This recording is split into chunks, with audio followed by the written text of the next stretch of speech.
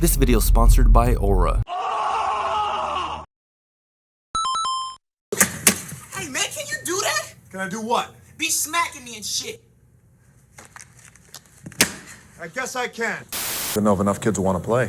Are you kidding? Teenage boys will kill to play football. That's what everybody's afraid of.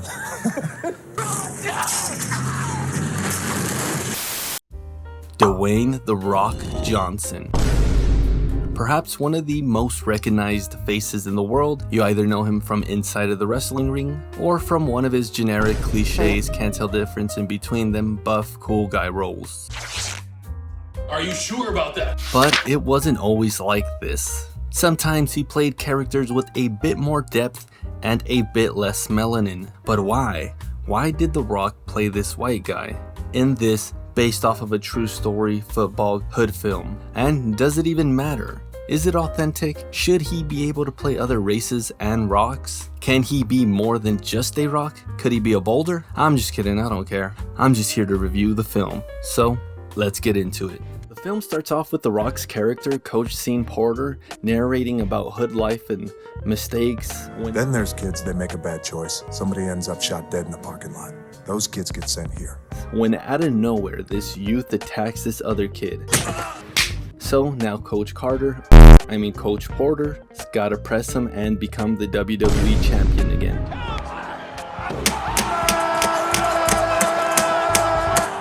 What you hit me for? Coach Porter also gives the kid Roger some life advice, while also giving him a harsh reality check. Back in your hood with your homies. If you want to stay alive, you gotta make a life for yourself outside of your set. You're gonna die. I ain't ready for a coffin. Now Roger is out with his cousin Willie and his girlfriend Danielle, and it's another day in the hood. Didn't I tell you she was smart? Yeah, she's so smart. Why she with you, dog? I know, huh?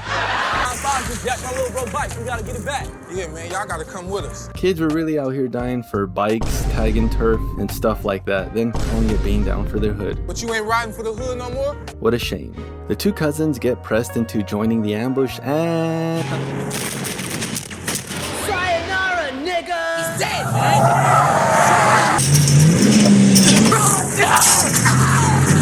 Shoot, damn, that was freaking brutal. Omar Hardwick's character Free is like this big dog older brother gang leader, and he's basically letting everyone know about the payback. You put in work on his brother. His name's Anthony. Let me go with him. I wanna smoke some 95s too, man. Boy, yo bitch ass ran. Now Willie's gonna ambush one of the rivals for his cousin. Don't do this, please. I got two little boys at home. I have a family. He's a goof though and messes it all up and then runs home. And it turns out that his mom's boyfriend is beating her. Was an accident. And the mom's boyfriend also presses Willie, so he gets Willie mad and wastes him. We're with Coach Porter now, and he's reminiscing about his football days. So he tries to convince his higher-ups to let him give the kids an opportunity at football in life, because ball is life.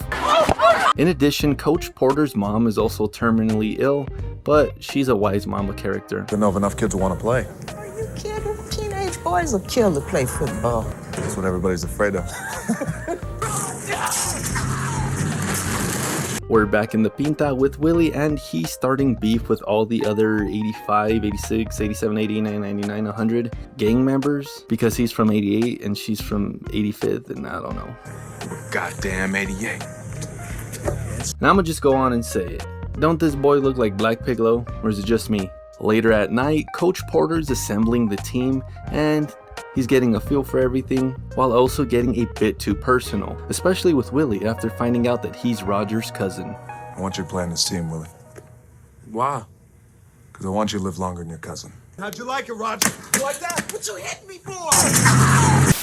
He always smiling.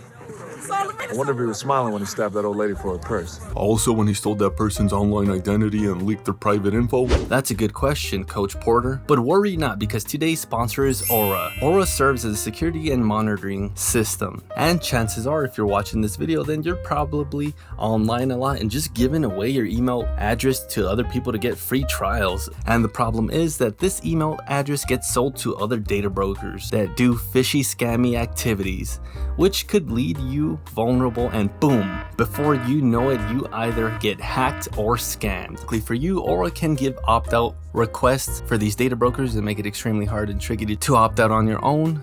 They can also scan your personal info on the dark web to see if it's being leaked, manage your online passwords, and give you a VPN with much more. Plus, you don't have to shank an old lady for her purse, because if you click my special link or QR code, then you can get Aura completely free for 14 days. Honestly, man, don't let this goober steal your online identity. Get Aura today and thank me later. Don't forget to click my special link or QR code, and thank you, Aura, for sponsoring this video. Now let's get back to it. Now the coach is out scouting for other high school football teams, but they get rejected a lot because of their stigma of being a juvie team. Sounds fine, as long as there's no gang members. Goddamn 88. Although they do get a break and a second chance through the only thing that matters in life, Christ himself. But didn't Jesus say something like, be merciful, just as your Father's merciful? Don't pass judgment, and you won't be judged. Real talk, hope all of you are doing well, and if you're ever lonely or going through anything, just remember you got someone above looking out for you. Don't forget, I'll pray for y'all hardships. And yeah, let's get back into it. Give, and it'll be given in good measure.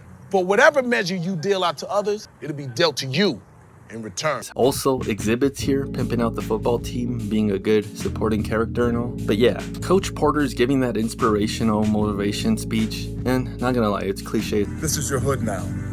You're no longer a blood, no longer a Crip. You're Mustang. This is followed up by a training montage, and bro, ain't nobody gonna tell me that this ain't Black Piccolo, dead ass.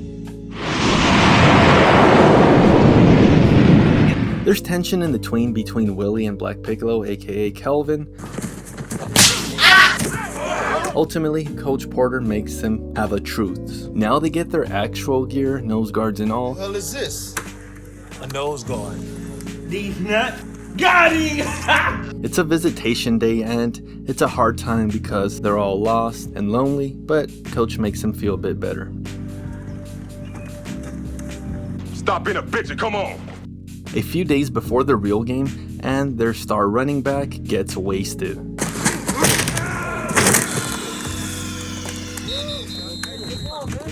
Just kidding, he gets a back injury, but he's out of the season. On game day, they're all happy and horny to be free. Look at the girl in the Mustang. Give me some chon chon! Chinga tu madre! Ah, come on, bro. Flip that though, because they end up losing 38-0. And Coach is mad and loses his cool. Throw some balls, get out there and hit him! Right out there, you gotta have discipline and self-control. Tell me about it, coach. Which then makes him reflect on his behavior with his mama. Also, the team got smacked up so bad that the higher-ups want to shut it down. But the kids finally find the Mustang spirit. They're doing better at games now, however, Coach Porter wants to push them through their true greatness, almost bordering on child abuse. See this line, Willie? You knock me past this line, you'll have my respect.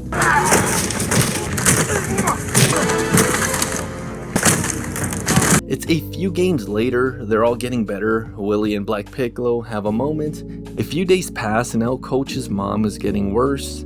And the team gets sentimental for Coach. Inevitably though, she passes on and it's some sad shit. For your mom, Coach. My next touchdown's gonna be for your mom. I'm talking to Kiss your mama and tell her you love her tonight. Also, like, comment, and subscribe. A few scenes later, it's an uplifting compilation of the kids writing to their families and letting them know how much they love football. But Willie is writing Danielle and she isn't writing back, so The Rock goes to see why. Don't understand how you can read his letters and not write them back. I never got any letters. Now Free tries to visit Willie, but they won't let him in. Willie Weathers. I'm his brother. You're awful big for a 6-year-old. Say what? Sorry, you have a nice day. So he gets upset and spots Piccolo's rival gang head ass, literally scaring the shit out of him. They're at another game day now, and Free and the 88 crew are there for Willie watching the game and all. The Mustangs win, although this victory is shortened by tragedy, because Free shoots Piccolo. Hey, for life, homie. Don't let me catch you in the street. I got this. I know that. Gohan, you're the only real friend that I've ever had. I want to thank you. And Willie intervenes to save his old enemy. By the way, Free gets got. Back in the shack, and everyone is teasing Willie for betraying his own gang, so they end up fighting over math equations. Coach ends up talking to Willie about life, death, gangs, disappointment, and that one cliche gangbanger, emotionally insecure and unstable burst out scene happens. You know what scene I'm talking about. Oh boy, man, cause of you.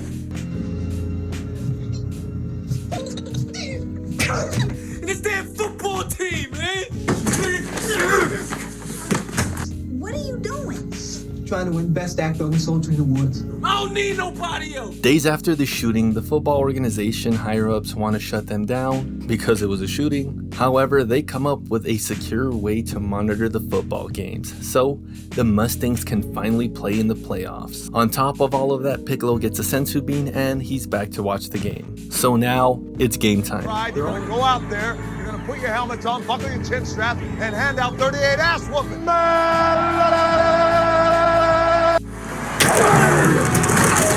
They're all intimidated because this is a rematch from the first team that played them in the beginning and beat their ass from 38-0, and now at halftime they're down 14-0. In the locker rooms, Kyle rages and does this sick-ass drywall punch. So the inevitable reflective motivational speech at halftime begins. There's this white player on the other side that gives the hard R to Willie. Woo! I'm back, nigga. Come on, man. Willie gets payback and returns the N-word. You alright, nigga? They win this game and it's a good time. But the next championship game, they lose, and The Rock literally narrates us out with that. We played the championship game the next week. We lost 17-14. He also lets us know what happened to the players after they leave juvie. Not gonna lie, he gave us some sad ass news. Now, Bug Wendell was killed in a drive-by shooting in Compton. Leon Hayes is trying to resist the crack dealer's lifestyle. He's gonna play football for Dorsey High this year. now Coach has a whole new team a year later, and he's got to start with the new generation of Mustangs. The movie ends with footage of the real Coach seeing Carter, and the biggest shock of my life, he's white. And Hollywood has lied to me yet again. Does the race switching matter? No. Is it authentic? In regards to skin color? No. In regards to forehead length? Hell yeah. For real though, from what I've seen, The Rock's portrayal is pretty accurate. It's this big old testosterone-filled menacing coach that The Rock fulfilled. And yeah, this was different from what he usually plays. It's sad though, that now he became a Hollywood cliche. Overall, Gridiron Gang was a good film nostalgically looking back at it. I think it's also one of the last true hood youth crime films from the 80s, 90s, and early 2000s era. For real, just try to think of anything else that came out. I mean, Freedom Riders came out, but what year was that? Deadass, so this has to be one of the last films that uses that grimy, gritty 90s filter. But it tries to be motivating, but it's also grim with the real future outcomes of these real players. 8 out of 10 orales. And thank you to all these special Patreon players. Remember team, you can do whatever you want as long as you give me money. Ah, come on, fool. Also, sorry for the 1 week delay on this video. I honestly tried to get it out done, but honestly, I think Sony Studios is the wormiest of the cocksuckers because no matter how hard I edit it or changed the stuff, they copyright claimed it and took all my money. So feel free to check out Patreon, but if not, that's okay. Just please comment.